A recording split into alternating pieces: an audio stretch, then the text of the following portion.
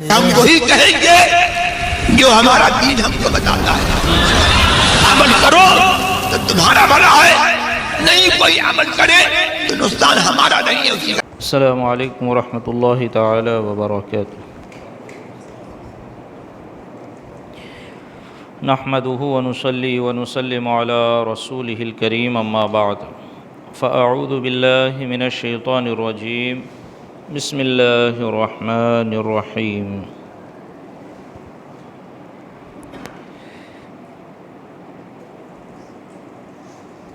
وما امروا الا ليعبدوا الله مخلصين له الدين صدق الله العلي العظيم وصدق رسوله النبي الامين المتين الكريم ونحن على ذلك لمن الشاهدين والشاكرين والحمد لله رب العالمين۔ رب اشرح لي صدري ويسر لي امري واحلل عقدة من لساني يفقهوا قولي۔ ان الله وملائكته يصلون على النبي يا ايها الذين امنوا صلوا عليه وسلموا تسليما۔ اللهم صل على سيدنا ومولانا محمد معدن الجود والكرم وآله وبارك وسلم صلاة وسلاما عليك يا رسول الله صلى الله تعالى عليك وبارك وسلم تسليما دائما ابدا۔ عزیزان ملت اسلامیہ، رفیقان گرامی،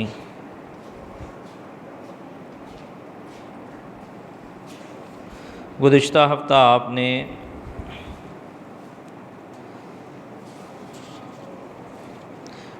جماعت، امامت اور نماز کے کچھ اہم مسائل کی ایک کڑی سماعت فرمائی کہ جس میں ہم نے یہ درس دیا کہ داڑھی منڈا شخص اور خشخشی داڑھی رکھنے والا،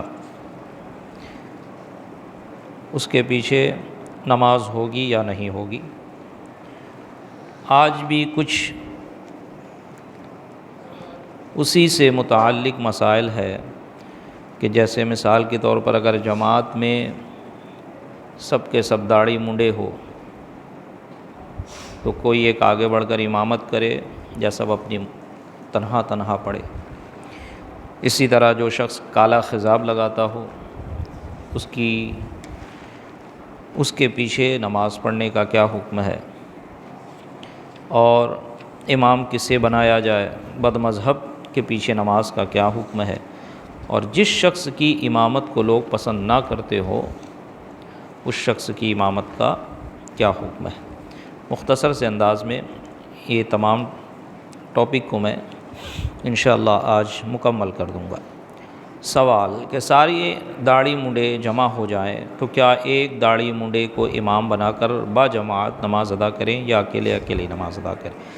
یہاں داڑھی منڈا اس لیے لکھا کہ یہ ایسا فسق ہے کہ وہ دکھتا ہے اور چھپانے سے بھی نہیں چھپے گا، کیونکہ عند الاحناف ایک مشت داڑھی رکھنا یہ واجب ہے نا۔ یہاں یہ مسئلہ بیان کرنے کا مقصد یہ نہیں ہے کہ صرف داڑھی منڈے کے بارے میں یہ حکم ہے، بلکہ کوئی بھی فاسق مولن جو اعلانیہ فسق و فجور کرتا ہو، اگر سب ایسے ہی لوگوں کی جماعت ہو کہ 10-15 لوگ جمع ہوئے ہیں، سب کے سب شراب پیتے ہیں، 10-15 لوگ جمع ہیں، سب کے سب گالی گلوچ کرتے ہیں، سب کے سب سود کھاتے ہیں، ناجائز و حرام بزنس کرتے ہیں، سب کو پتہ ہے، یہ سب فاسق ہوئے، بھلے سے ان کی اب داڑھی ہو، وہ جبہ کبہ پہنے ہوں۔ فسق خلی داڑھی چھلانا نہیں ہے، کہنے کا مقصد یہ ہے۔ یہ اس لیے اس کا حوالہ نماز کے معاملے میں دیا جاتا ہے کہ یہ چھپائے سے چھپے گا نہیں، کوئی نقلی داڑھی تو لگا کے آئے گا نہیں، ہے نا۔ جس کو شوق ہی نہیں ہے داڑھی رکھنے کا وہ نقلی داڑھی کیوں لگائے گا؟ تو مسئلہ یہ ہے، اس لیے بارہا آپ دیکھیں گے کہ امامت کے اور نماز کے مسائل میں یہ سوالات کیے جاتے، یہ مسائل بتائے جاتے ہیں، اور امام بھی جب رکھا جاتا ہے عند الاحناف، حنفی امام یا حنفی مصلی پہ، تو اس میں یہ چیز دیکھی جاتی ہے کہ امام صاحب ایک مشت سے کم داڑھی تو نہیں رکھتے ہیں یا داڑھی خشخشی تو نہیں رکھتے ہیں۔ کیونکہ یہ عند الاحناف فسق و فجور ہے، ناجائز و حرام ہے، اور یہ بندہ جب کرے گا تو اعلانیہ گناہ ہوگا، سب دیکھ رہے ہیں اسے۔ تو فقط خلی داڑھی منڈے سے یا خشخشی داڑھی رکھنے سے متعلق نہیں، کوئی بھی شخص امام ہو اگر اس کے اندر کوئی دوسرا فسق و فجور پایا جاتا ہو اور سب اس کے فسق سے آگاہ ہو تو اس کے پیچھے نماز مکروہ تحریمی ہوگی۔ اب یہ مسئلہ یہ ذہن میں رکھ کے سنیں کہ سب کے سب فاسق مولن موجود ہے۔ یہ کب ہوگا کہ جب کہیں آپ ٹور پہ نکل گئے، دوستوں کے ساتھ نکل گئے اور سب نمازی ہے، یا مزارات وغیرہ پہ حاضری دینے چلے جائے تو جو نماز نہیں بھی ہوتا ہے وہ بھی نماز پڑھنے لگتا ہے۔ تو اب اگر ایسی صورت میں وہاں جماعت کی جائے تو کیا حکم ہوگا؟ تو سیدی سرکار اعلیٰ حضرت فرماتے ہیں سارے داڑھی منڈے ہوں تو اکیلے اکیلے نماز پڑھیں، تنہا تنہا نماز پڑھیں۔ اگر ایک داڑھی منڈے کو امام بنا کر اس کے پیچھے نماز پڑھی تو نماز مکروہ تحریمی ہوگی اور اس کا اعادہ واجب ہے۔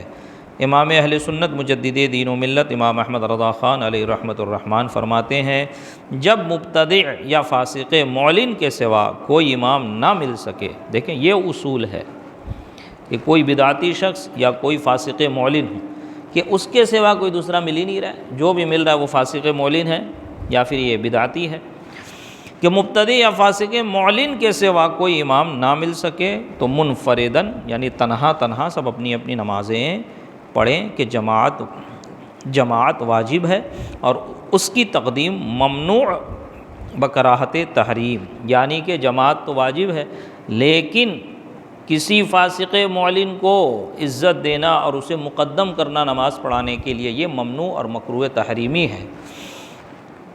اور واجب و مکروہ تحریمی دونوں ایک مرتبہ میں ہے، دونوں کا درجہ برابر ہے۔ اور اصول ہے، قاعدہ ہے، در المفاسد اہم من جلب المصالح، کہ مفاسد کو دور کرنا مصالح کے حصول سے اہم ہے، یعنی کہ کسی فاسق معلن کو امام نہ بنانا اس کو امام بنانے سے بہتر ہے۔ سمجھ میں آئی بات؟ یہ مطلب ہے۔ فتاوی فیض الرسول میں ہے داڑھی منڈانے والے فاسق مولن کے پیچھے داڑھی منڈانے والوں کے نفس سے نماز تو ہو جائے گی مگر پڑھنے والے گناہگار ہوں گے اور نماز مکروہ تحریمی واجب الاعادہ ہوگی، لہذا واجب کے لیے مکروہ تحریمی کا ارتکاب نہ کیا جائے کہ مکروہ تحریمی سے بچنا واجب ہے، اہم اور اعظم ہے۔ سمجھ میں آئی بات؟ اسی طرح جو شخص کالا خضاب لگاتا ہو، اب دیکھیں کوئی بھی یعنی مہندی بھی ایسا نہیں کہ خضاب کوئی ایک الگ شے ہے، مہندی بھی اگر کوئی کالی لگا لے تو وہ بھی خضاب میں شمار ہوگا۔ سمجھ میں آئی بات؟ لوگ کہتے ہیں کہ نہیں مہندی لگائے تو کالی مہندی بھی خضاب ہی ہے، وہ کالے خضاب ہی میں شامل ہوگی۔ کالا خضاب لگانے والے امام کے پیچھے نماز پڑھنے کا کیا حکم ہے؟ کالا خضاب لگانا حرام ہے اور لگانے والے کے پیچھے نماز مکروہ تحریمی ناجائز و گناہ ہے، اور اگر پڑھی ہو تو اس کا لوٹانا واجب ہے۔ حضرت ابن عباس رضی اللہ تعالی عنہما سے روایت ہے رسول اللہ صلی اللہ علیہ وسلم نے ارشاد فرمایا یکون قوما یخضبون فی آخر الزمان بالسواد کحواصل الحمام لا یریحون رائحۃ الجنہ، آخری زمانے میں کچھ لوگ سیاہ خضاب لگائیں گے جیسے کبوتروں کے پوٹے، وہ جنت کی خوشبو نہ سونگھیں گے۔ حضرت انس بن مالک رضی اللہ تعالیٰ عنہ سے روایت ہے رسول اللہ صلی اللہ علیہ وسلم نے فرمایا، جس کا ترجمہ یہ ہے کہ سب سے پہلے سرخ مہندی اور قتم کا خضاب حضرت ابراہیم خلیل اللہ علیہ السلام نے استعمال کیا، اور سب سے پہلے کالا خضاب فرعون نے لگایا۔ رسول اللہ صلی اللہ علیہ وسلم نے ارشاد فرمایا، جس کا ترجمہ یہ ہے جس نے کالا خضاب لگایا اللہ تعالیٰ قیامت کے دن اس کا چہرہ کالا کرے گا، ہے نا، کوئی مونچھ کالی کرا رہا ہوتا ہے، کوئی سر کے بال کالے کرا رہا ہوتا ہے، خضاب لگانا ناجائز و حرام ہے۔ شیخ محقق علامہ عبدالحق محدث دہلوی رحمۃ اللہ تعالیٰ علیہ فرماتے ہیں سیاہ خضاب لگانا حرام ہے۔ امام اہل سنت امام احمد رضا خان علیہ رحمۃ الرحمن فرماتے ہیں صحیح مذہب میں سیاہ خضاب حالت جہاد کے سوا مطلقاً حرام ہے، جس کی حرمت پر احادیث صحیحہ معتبرہ ناطق ہے۔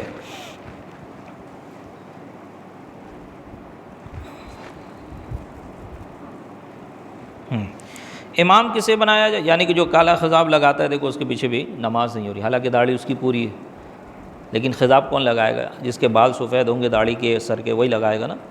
اب جبہ کبہ پہنا ہو سب ہو لیکن خضاب لگاتا ہے، اس کے پیچھے اب نماز نہیں ہو، کیوں؟ کیونکہ وہ حرام کا مرتکب ہو رہا ہے۔ اور کیسا حرام کا مرتکب ہو رہا ہے؟ اس طرح ہو رہا ہے کہ سب دیکھ رہے ہیں اس کے فسق کو، یہی تو اعلانیہ فسق ہے، ورنہ بندہ چھپ کے گناہ کرے، اپنے کمرے میں بیٹھ کے گناہ کرے، کس کو پتہ چلے گا؟ کہ وہ کیا کر رہا ہے نہیں کر رہا ہے، لیکن جب کھلے عام کرے گا تو اب وہ فاسق و معلن، اور جب بندہ فاسق معلن ہو جائے گا تو لو انہم قدموا فاسقا یأسمون، تو اب جو فاسق معلن کی عزت کرے گا وہ گناہ گار ہوگا۔ سمجھ میں آئی بات؟ امام کسے بنایا جائے؟ امام اسے بنایا جائے جو سنی، صحیح العقیدہ، صحیح الطہارت، صحیح القرأت، مسائل نماز و طہارت کا عالم، غیر فاسق ہو، نہ اس میں کوئی ایسا عیب ہو جس سے لوگوں کو تنفر ہو، یعنی لوگ جس سے نفرت کرتے ہوں، ایسا کوئی عیب اس کے اندر نہیں ہونا چاہیے۔ اب دیکھیں یہاں پر ذرا کہ جو بندہ سنی صحیح العقیدہ بھی ہو، اس کی قرأت بھی درست ہو، عالم بھی ہو، ساری صفتیں اس کے اندر پائی جا رہی ہو، لیکن اس کی داڑھی حد شرع سے کم ہو، تو اس کے پیچھے نماز ہوگی؟ شریعت کہتی ہے ایسے کو امام بنانے کی اجازت نہیں۔ تو ذرا سوچے جو بد مذہبوں کے پیچھے کھڑے ہو کر نماز پڑھ لیتے ہیں وہ کیا سوچ کر نماز پڑھتے ہیں۔ شریعت تو ایسے شخص کو بھی مقدم کرنے سے منع کر رہی ہے کہ جو فاسق معلن ہو، تو اس شخص کو کیسے مقدم کیا جائے گا جس کا عقیدہ ہی درست نہ ہو، اور پھر ان کی مسجد میں جا کر نماز پڑھنا کیسے درست ہو جائے گا؟ اور اگر وہ امام ہے، عالم ہے، اپنے عقائد سے واقف ہے، اور علماء ان کے تو واقف ہی ہوتے ہیں ان کے گندے عقائد سے، ان کو مسلمان سمجھا تبھی تو ان کے پیچھے نماز پڑھا، اور جب ان کو مسلمان سمجھ کر ان کے پیچھے نماز پڑھ لیا تو کل کو وہ مر گیا تو اس کی جنازے کی نماز پڑھنے کا کیا حکم ہو؟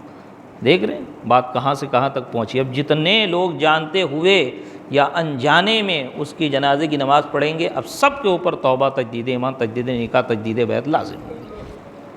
سمجھ میں آئی بات؟ یہ ایمان کا تعلق ہر جگہ سے ہے نا، ایمان نہیں تو، عقیدہ نہیں تو کوئی عمل ہی کام نہیں آئے گا۔ تو لہٰذا نماز اہم العبادات ہے۔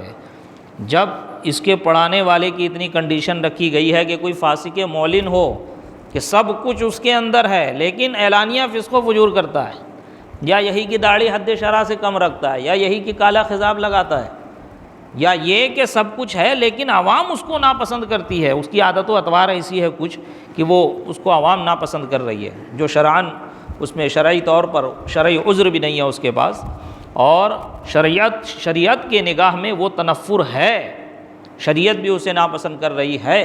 اب ایسی چیزیں اس شخص کے اندر ہے تو فرمایا کہ اس کو مصلی پہ نہ کھڑا کرو، اس کے پیچھے نماز نہ پڑھو۔ تو ذرا بتائیں کسی بد مذہب کی مسجد میں جا کے اس کے پیچھے نماز پڑھنا کیسے درست ہو جائے گا؟ تو لہٰذا ہمیں اس کا بھرپور خیال رکھنا چاہیے کہ عقیدے کے معاملے میں ذرہ برابر بھی ڈھلائی کرو گے تو اتنا یاد رکھو پھر وہ ایسا دلدل ہے کہ اس میں دھنستے ہی چلے جاؤ گے، پھر واپس آنے کا کوئی راستہ نظر نہیں آئے گا الا ماشاء اللہ۔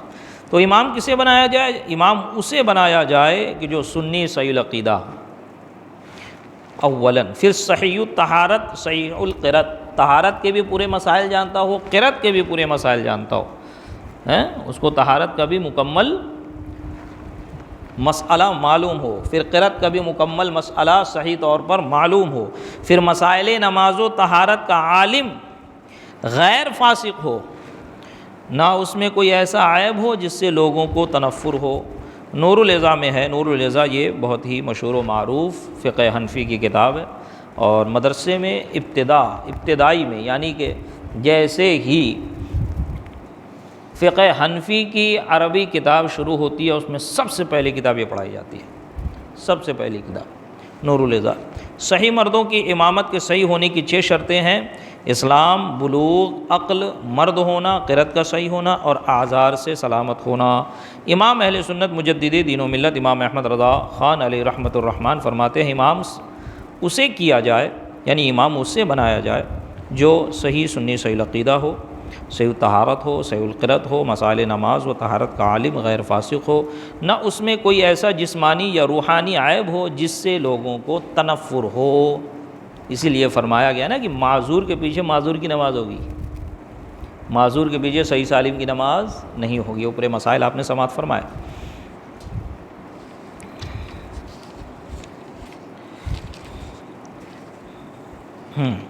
بد مذہب کے پیچھے نماز کا حکم، یہ سب نماز اور جماعت سے متعلق ہی مسائل چل رہے ہیں، امامت سے متعلق مسائل چل رہے ہیں کہ بد مذہب کے پیچھے نماز کا کیا حکم ہے۔ جس شخص کی گمراہی حد کفر تک نہ ہو، حد کفر تک نہ ہو، سے وہ گمراہ ہو، ابھی اس پہ مرتد کا لیبل نہیں لگایا، وہ کافر، اس کے کفر کا فتویٰ نہیں دیا گیا ہے۔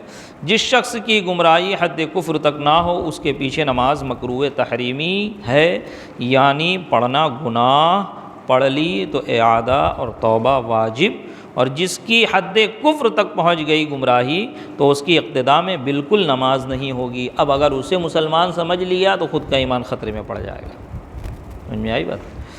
علامہ شمس الدین تمرتاشی رحمۃ اللہ تعالیٰ علیہ فرماتے ہیں بد مذہب کی بد مذہبی حد کفر تک نہ پہنچی ہو تو اس کے پیچھے نماز مکروہ ہے، اگر اس کی بد مذہبی حد کفر تک پہنچ چکی ہو تو اس کی اقتداء میں نماز بالکل نہیں ہوگی۔ اب یہاں پر کوئی دماغ نہ لڑائے کہ ہمیں نہیں معلوم کہ یہ دیوبندی وہابی لوگ کی مسجد کے اماموں کی بد مذہبیت حد کفر کو پہنچی ہے کہ نہیں پہنچی ہے، اب ہم کیسے جانیں گے؟ اب اگر وہ نہیں پہنچی ہے ہم پڑھ لیے تو نماز تو مکروہ تحریمی ایسی ہوئی جیسے کہ کسی فاسق کے مولن کے پیچھے پڑھنا، کسی داڑھی کٹے کے پیچھے، یہ سب جو ہے اٹکلیں نہ لڑائیں، یہ عوام کا کام نہیں ہے اولاً۔ ثانیاً یہ کہ جو امام بنا ہوا ہے ان کی مسجد کا، جو ان کا عالم ہے، وہ نہیں جانے کا عقیدہ تو کیا ان کی عوام جانے گی؟ ہماری سنی صحیح العقیدہ مساجد کے علماء معمولات اہل سنت کے بارے میں نہیں جانیں گے، اس پہ دلائل ان کو ازبر نہیں ہوں گے تو کیا عوام کو ہوں گے؟ عوام کیوں آتی ہے مسئلہ پوچھنے؟ تو عالم کے بارے میں تو یہ نہ سوچے کہ اس کو نہیں معلوم ہوگا۔ ہاں یہ ہے کہ جب وہ اپنے آپ کو اس کمیونٹی کا کہہ رہا ہے، اپنے آپ کو انہیں میں شمار کر رہا ہے، انہی کے مدرسے سے پڑھا ہوا ہے، انہی کو اپنا بزرگ تسلیم کر رہا ہے جن کی کفریہ عقائد اور کفریہ عبارتوں پر سیدی سرکار اعلیٰ حضرت اور علماء حرمین طیبین نے کفر کا فتویٰ لگایا، تو یہی بات مکمل ہو جاتی ہے۔ تو خواہ مخواہ میں اپنا دماغ نہ لڑائے اس میں کہ بھائی اس کی بد مذہبیت حد کفر کو پہنچی ہے نہیں پہنچی ہے، ہمیں کیا معلوم؟ وہ اگر ان کی مسجد کا امام عالم ہے تو یہاں بات ختم ہوتی ہے۔ سمجھ میں آئی بات؟ ہاں۔ امام اہل سنت مجدد دین و ملت امام احمد رضا خان رحمۃ اللہ علیہ فرماتے ہیں ان میں سے جس شخص کی بدعت حد کفر نہ ہو نماز اس کے پیچھے مکروہ تحریمی، اور جو اس حد تک پہنچ گئی ہو تو اقتداء اس کی اصلاً صحیح نہیں، یعنی کہ جو کافر ہو چکا، جس کی گمراہیت حد کفر کو پہنچ چکی تو اس کی اقتداء ہی اب صحیح نہیں ہے، تو اس کی نماز کہاں سے ہوگی؟ اور اگر اس کو مسلمان سمجھ لیا اس کے عقائد سے واقف ہوتے ہوئے تو اب خود اس کا ایمان خطرے میں پڑ جائے گا۔ ہاں، جس کی امامت کو لوگ ناپسند کریں اس کے بارے میں کیا حکم ہے؟ لوگ کسی امام کی امامت کو ناپسند کرتے ہوں تو اس کی امامت کا کیا حکم ہے؟ یہ آپسی چپقلش اور ذاتی جھگڑے اور ذاتی خلش کے بارے میں سوال نہیں ہو رہا ہے کہ کسی کو کسی سے نفرت ہے، زبردستی بغض حسد ہے، کوئی وجہ نہیں ہے وہ میرے کو اس کے پیچھے نماز نہیں پڑھنے کی، یہ بات نہیں ہو رہی۔ یہاں شرعاً بات ہو رہی ہے، کوئی کسی کے اندر ایسی بات ہو جس کو کہا نا تنفر ہو، کوئی ایسی بات ہوگی پوری قوم، پوری جو ہے جماعت اس سے متنفر ہو چکی، اس کے پیچھے نماز پڑھنا نہیں چاہتی ہے، اور وہ جماعت جو ہے وجہ شرعی رکھتی ہے، تب کیا حکم ہے؟ لوگ کسی امام کی امامت کو ناپسند کرتے ہوں تو اس کی امامت کا کیا حکم ہے؟